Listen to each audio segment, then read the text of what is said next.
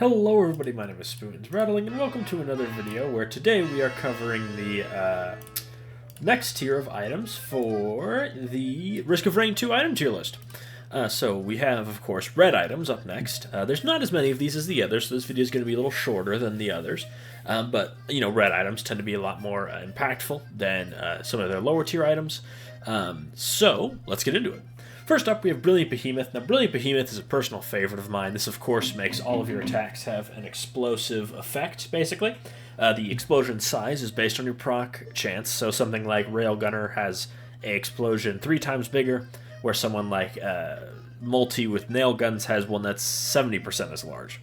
It's just super useful. It effectively makes your attacks hit twice, for certain damage thresholds, of course. The bigger the attack, the less impactful, but it's still, you know, very useful. I would generally consider Brilliant Behemoth probably right up here with the other damage items that I really enjoy.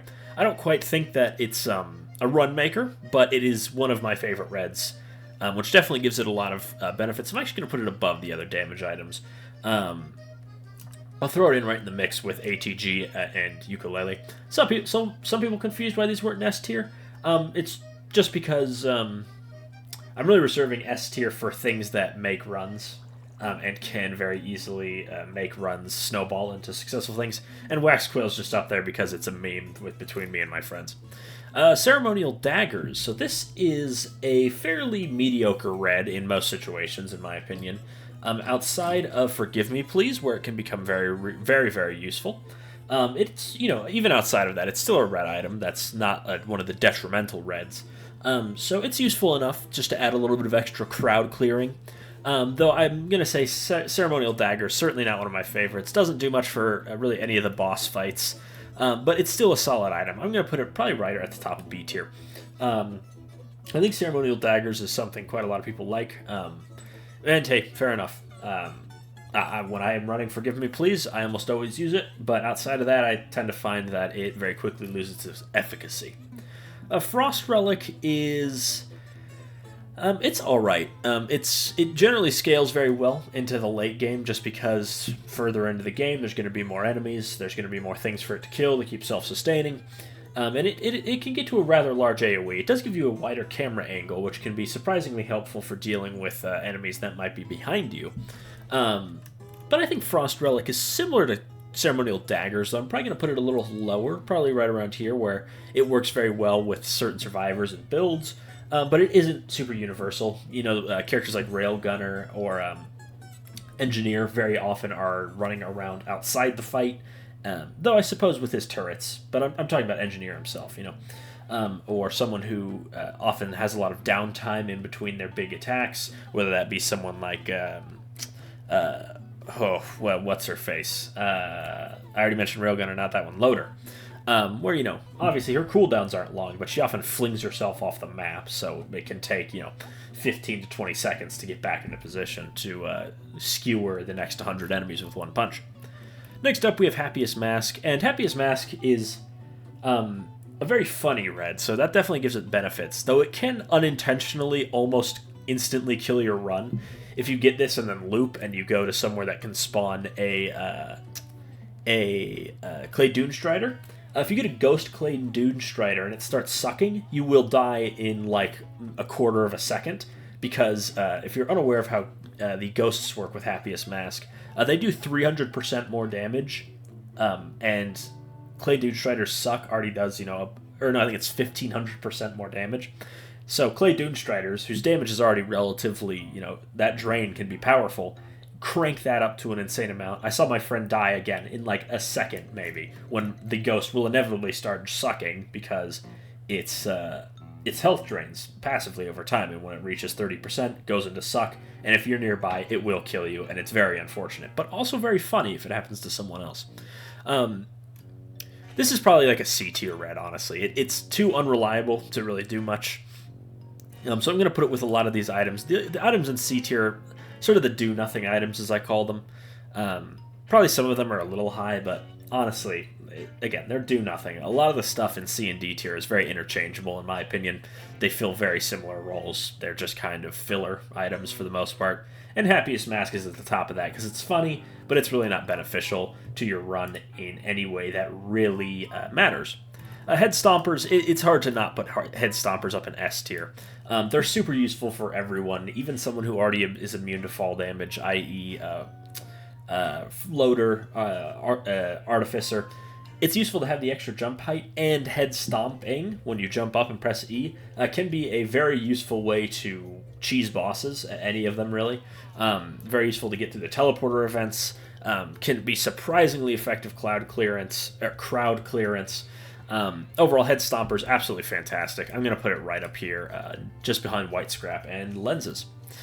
Nukuana's opinion, awful. This is one of the red items that just sucks. It's not good in pretty much any situation. It's really, really bad. It's like if the Little Disciples was really bad, then you have Nukuana's opinion.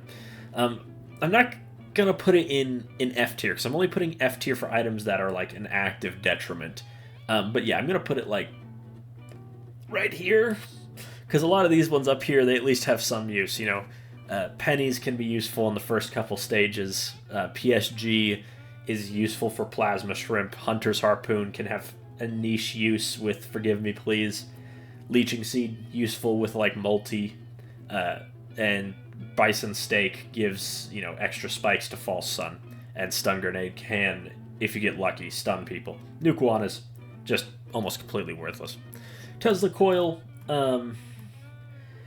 it's not a do-nothing item. It can be useful just to keep stragglers off you, but it's probably going to be like the bottom of B tier in my opinion. I generally prefer Frost Relic. I prefer the more continuous uptime to the slightly spotty uptime of Tesla Coil, which can make it slightly inconsistent of a sort of shield to get out of trouble, because often when you run out of combat, when you're at your most vulnerable, Tesla Coil will be spent up for the next few seconds, so it won't be able to protect you from that eyeless pest that is about to hit you with that projectile and kill you. But yeah, it's nothing special. 57 Leaf Clover. Yeah, this is also going to go up in S tier. 57 Leaf Clover makes the best items in the game even better. Lenses, it makes them more consistent. ATG, Ukulele, Bleed, all that stuff becomes more consistent with 57 Leaf Clover. Tougher Times makes it more consistent with that. It drops your lens needs down to like 6 lenses to have an almost guaranteed crit chance. 57 Leaf Clover is just absolutely fantastic. And a lot of the best items in the game are... Oh, we're not in presentation mode. Hold on. This, and then let's go down into presentation mode. What was I saying? Oh yeah, 57. Absolutely fantastic. Just amazing. Next up, we have Sentient Meat Hook. I'm not a particular fan of Sentient Meat Hook. It is very survivor dependent. It can be useful if you get lucky on a big Hujamawutsits, a big loader punch. But on other survivors, it's not terribly useful, and a lot of times I notice it doesn't activate very frequently. I'm probably going to put it right around like the same tier as the Tesla Coil. I don't think it's... in certain situations can be useful. Overall, pretty weak though. Next up we have Alien Head. I'm quite partial to Alien Head. It's very simple, probably the simplest red in the game. It just gives you 25% less cooldowns on your skills. Very simple, very useful. Generally more useful on, weirdly enough, on either end of the spectrum. If something's a really long cooldown, obviously take a big chunk off of that. If something's already a small cooldown, it can make it into almost a negligible cooldown. Good on people like Acrid. It's really good on anyone, because everyone wants their cooldowns off cooldown faster. Really good with railgunners, big charge shots. It's really solid. I don't think it's an S tier item, but I'd probably put it like right, you know, in the thick of A tier, probably just behind the damage items, because it generally won't make a run unless you're running like Desperado. It's super useful with that, so you don't have to stack too many purities, though you probably still should. But, you know, Alien Head, it can be super useful, very useful for any kind of survivor. But generally, I still want my damage items before I want that. Soulbound Catalyst, again, Forgive Me Please is really the main place this sees used. Because what it does is when you kill enemies, reduces your equipment cooldown, which makes it very useful for FMP because it effectively, it's an infinite feedback loop. Activate FMP, activates on kill effects, so it reduces its own cooldown. And for that, I think I'll give it like Saggers, just because, again, it's useful in certain builds, but not much outside of that. Hard Light Afterburners, quite useful. This gives you extra charges on your shift skill, if I'm not mistaken. It's usually like your mobility, or for captain, it's your lasers. Gives you 2 extra charges on that. Not as useful on people like Loader, funnily enough, because the cooldown's already so low, and given how she flings herself across the map, the cooldown usually isn't the problem. But yes, Hard Light Afterburners, I'm going to put it right ahead of Alien Head. They're just super useful. They give you more uptime on your abilities, often the ones that are useful for movement, which would be your get out of jail free cars like multi's car mode, or smoke bomb for bandit. What is it on mercenary? It's his shift. It's his dash, isn't it? Regardless, very useful. Dio's best friend. Dio's best friend is pretty exceptional. I think it probably is going to end up right around here. Because here's the thing with Dio is like the biggest feast or famine item in this game. In certain runs, Dio will completely salvage the run and you'll win, or you won't die and it's a dead red effectively. But it's like insurance, right? And truth be told, insurance companies suck, but listen to what I mean. It's insurance in its form, right? Having a Dio's is the best chance for your run to succeed, because there's usually only going to be a couple of those situations where you would die, and being able to negate the first one, fantastic. Dio's super good. Getting a second chance, honestly, I'm probably going to bump this up, probably to the top of A tier. Dio's on its own won't save a run, but Dio's can be the only item that saves a run that is going well, and it takes a turn for the worse. Dio's is just so fantastic. And I know what a lot of people say is, oh, well, just don't get hit. But the simple fact of the matter is, eventually, you're not Ultra Instinct Goku. You're going to get hit by something. And having that insurance is super useful. Same reason Tougher Times is so useful. Wake of Vultures, this is just, it's awful. It sucks. You kill an elite, and I think it gives you their elite attribute for what's like 5 seconds. Almost completely unnoticeable. The easiest recycler red, or one of the easiest recycler reds there is. Brainstalks is okay, probably around like Happiest Mask. It can come in handy again. Desperado, if you just nail an elite imp, and then you can just rip off 6 shots from your Desperado very quickly. But it's just a very mediocre red item in my opinion. Like again, in very rare situations, you'll hit an elite and get your frenzy mode for a few seconds, and then you'll go crazy. But I never find brain stocks to be something I particularly try to play into. Obviously, killing elites is very important, but I never find it as part of my game plan specifically to target them, unless it's something like a Wandering Vagrant that has like 10 mending elites on it, because that can just quickly get to a situation that feels unwinnable. Next, we have Rejuve. I'm not going to put it down here because it's always effective. I'll put it in B tier. Rejuve is totally fine. It's one of the more middling reds, which is why it's in the middle of the tier list, really. But if you get it early in a run, it can be super useful. Obviously, I know a lot of people were talking about Eclipse in the comments section. It can be useful there. Any healing in Eclipse is generally useful. Of course, excluding Eclipse 8, yes, I know, permanent damage. That's a video for another day. But Rejuve is fine. It's fine.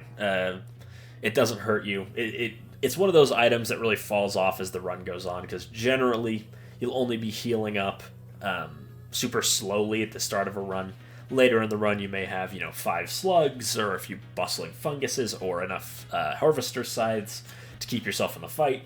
But Rejuve is fine. It's something that I'm never sad to get a Rejuve, unless I'm playing Eclipse 8. Aegis is just shiz. It's not good.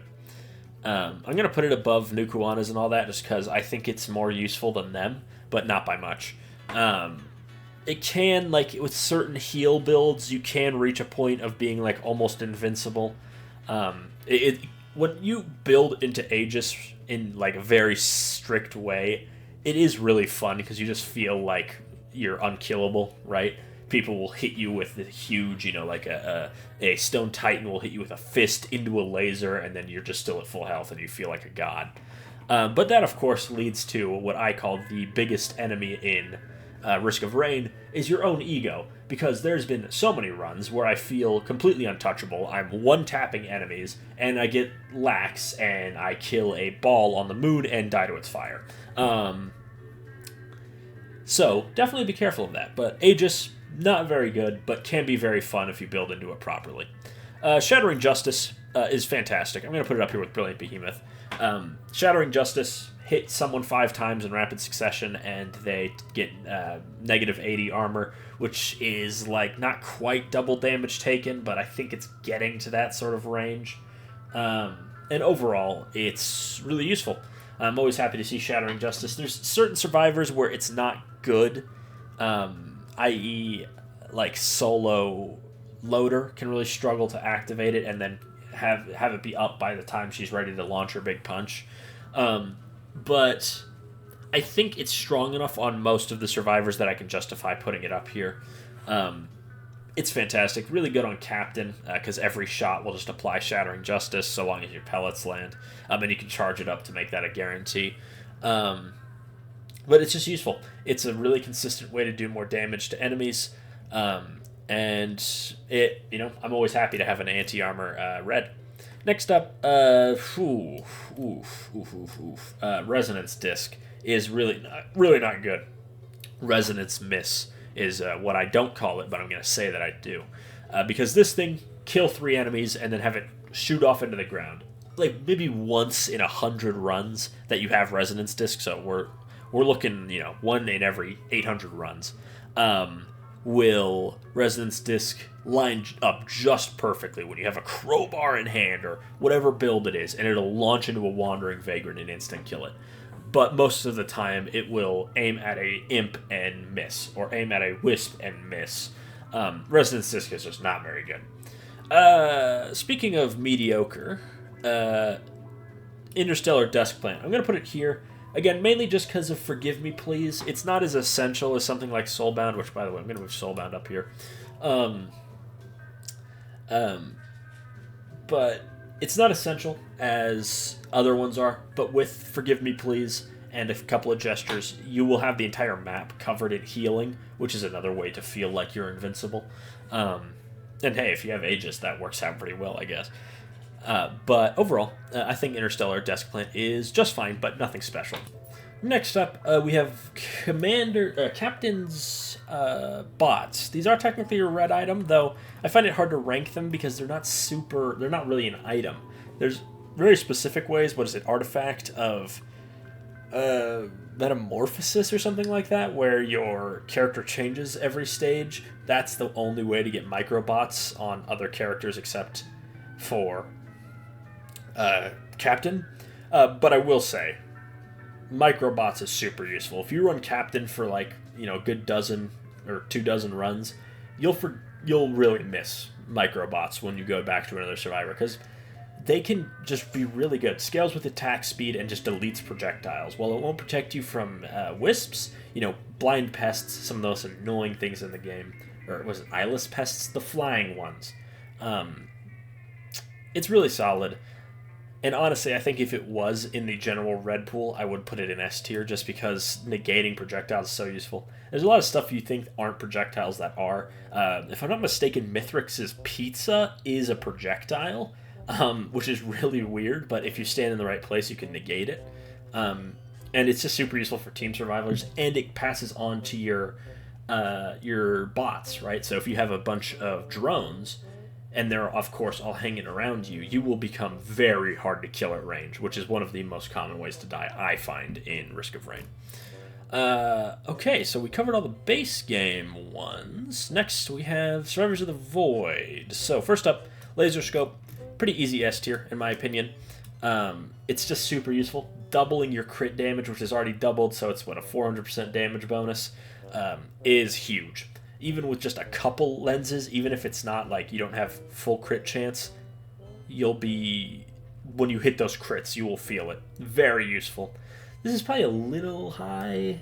I'm probably going to put it right around microbots, just because it has one downside in that it doesn't give you crit chance. Most crit items give you 5% crit chance. Laser scope doesn't, and I don't know why. Regardless. Next up, Colonel Drone Man. I'll put it right around B. Super useful. Colonel Drone Man is a beast, and his buff to your other drones is super useful. It can turn, even a simple gun drone into something useful. Ocular HUD equipment drones are weirdly effective with this guy. Really good on Captain. So-so if you don't have any drones.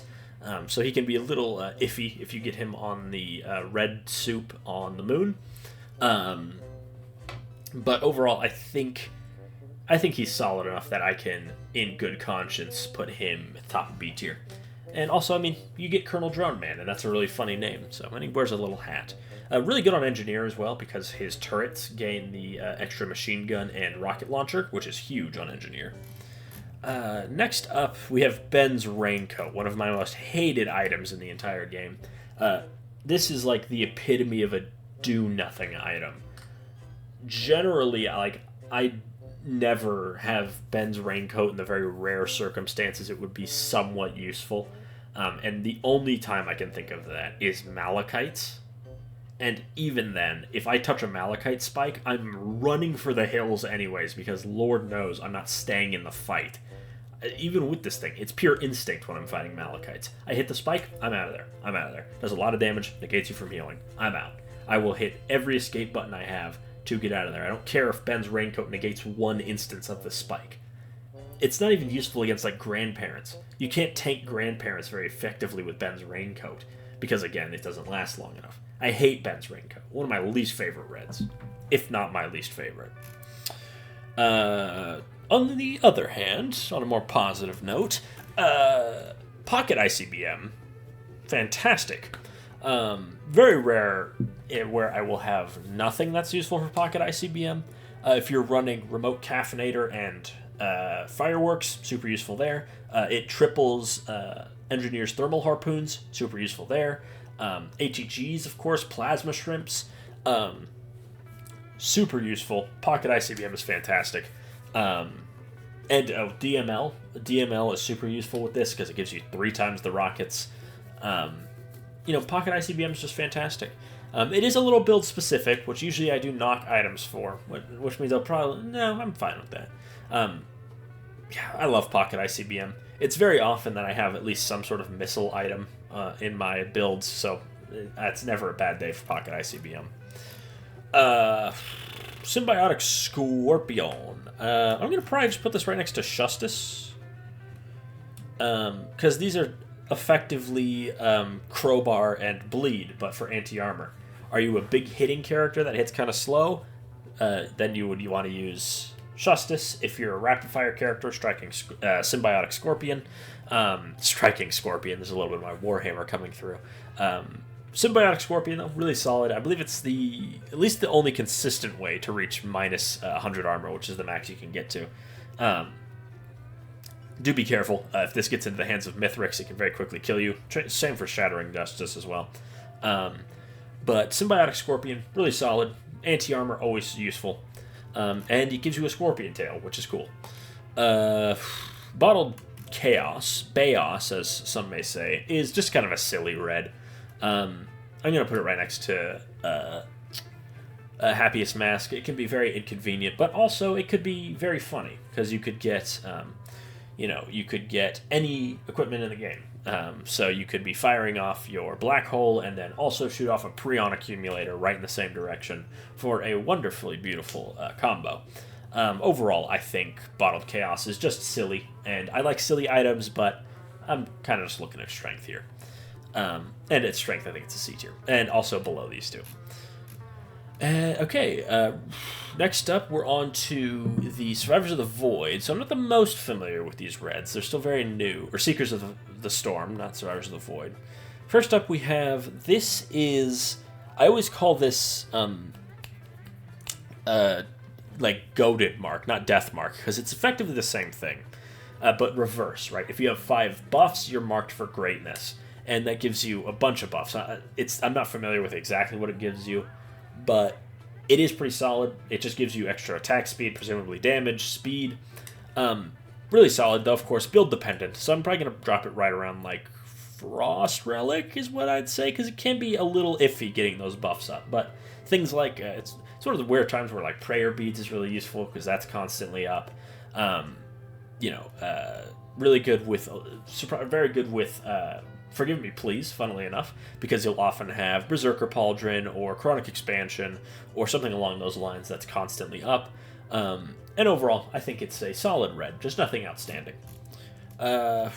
Next up, we have everyone's favorite punching bag, War Bonds.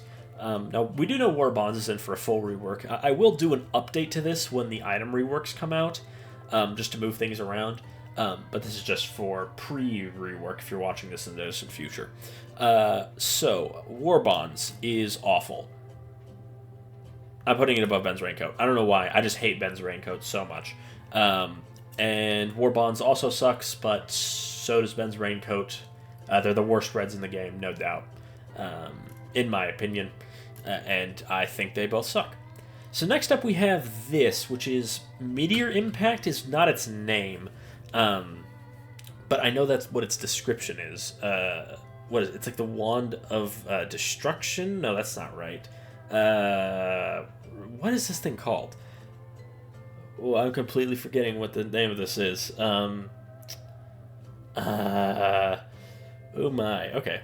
Bad timing. However, regardless, I'm not exactly I've gotten this a couple times. I'm still not super familiar with what it does. I'm really not sure exactly what it does, but the Runic Lens, that's it. So basically, if you just have a chance to summon a huge damage meteor, which has some... I'm looking at this on the wiki, that's why I'm reading this, because I just wanted to look up exactly what it does. So it gives you a very rare chance, 1 in 20, which actually isn't that rare, but regardless, to summon a meteor that does 2,000% damage and some extra calculations for rewarding big hits. So it's sort of a win more item. It very obviously more powerful on Railgunner, Loader. This is probably, I'm going to put it probably around here, because it is, it's a big hit and then a big hit again, which is what a lot of the best items are. You get a big hit, your ATG gets a big hit. You get a big hit, your crit glasses make you do a bigger hit. You hit your Brilliant Behemoth does a big explosion. And this is basically that, but I'm not familiar with it enough to really put it any higher than this. I've never noticed its effect going off, but I'm not sure if it's really something that's even visual. But it's also in line for a rework, if I'm not mistaken. So, again, kind of up for the decisions of the future. Sonorous Whispers is unsurprisingly one of the best red items in the game. I'm going to put it up here. This is anytime a large creature is killed, it drops an item, and all elites have a 15% chance to drop an item. So, obviously, it's insane. If you get this early in a run, or you get it at your guaranteed red, do a loop, and you will snowball into that sort of God of Death mode, where you will not even be sure of what you're doing, but what you're doing is causing such enormous levels of destruction that you will basically be walking through the game untouchable. It's a really fun feeling. But Sonorous Whispers, absolutely insane. And finally, we have Electric Boomerang. So Electric Boomerang is fairly standard, right? It's just when you attack, you throw out, well, an Electric Boomerang, I suppose, would make sense, no? And it just is another sort of hit them again with another thing, like ATG and so many other items. But I think it's, it's not bad. It's just kind of an extra crowd control red because of what it... Sorry for these survivors or Seekers of the Storm reds. I had to check a couple of them. So what it does, 15% chance on hit to shoot out the boomerang. And it stays out for a little bit. It can get stuck on geometry like Somerang, And it only does 30% total damage, but it guaranteed stuns. Enemies that get stunned get hit by it, so sort of like what's her face, Loader's Pylon, mixed with a little bit of stun beacon. I think it's fine, but I'm gonna put it like right here. I think, funnily, the two electric items end up next to each other. So reds really do span the entire spectrum, from some of the best items in the game to some of the absolute worst.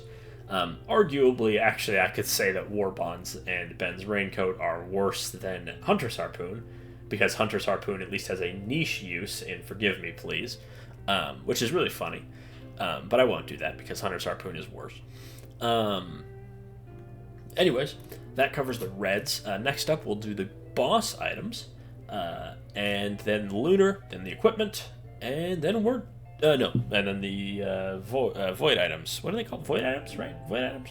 Regardless, purple items. I've been Spoons Rattling. I hope you enjoyed this video. Make sure to like, comment, and subscribe, and tell me what you thought down below. And I will see you all next time.